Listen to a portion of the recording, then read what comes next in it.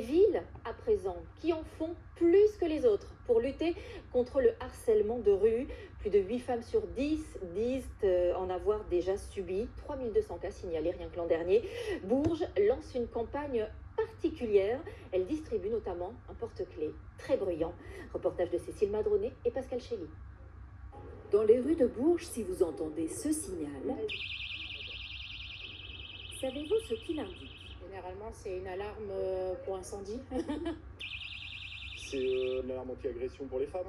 Bonne réponse, monsieur. Ce porte-clés, c'est l'un des outils mis en place pour lutter contre le harcèlement de rue. Un fléau qui concerne 80% des femmes.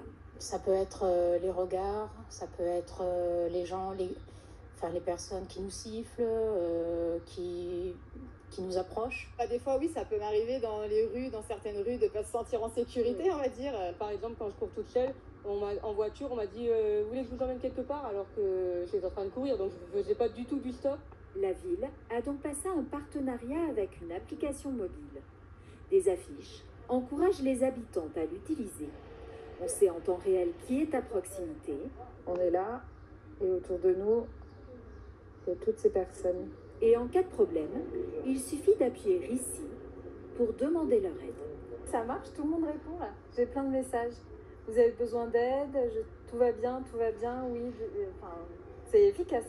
Ça peut être intéressant, on se dit au moins on n'est peut-être pas toute seule autour et on se sent peut-être un peu plus protégé aussi, mine de rien, quand on rentre tard, quand on sort, voilà, on fait la fête, au moins on est un peu en sécurité.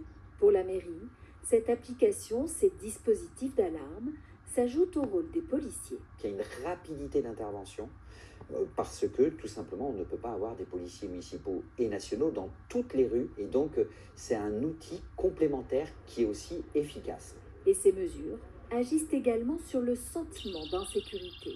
Si j'avais eu cet outil-là, ça m'aurait rassuré pour des fois vous avez l'impression d'être suivi. C'est vraiment un outil préventif rassurant.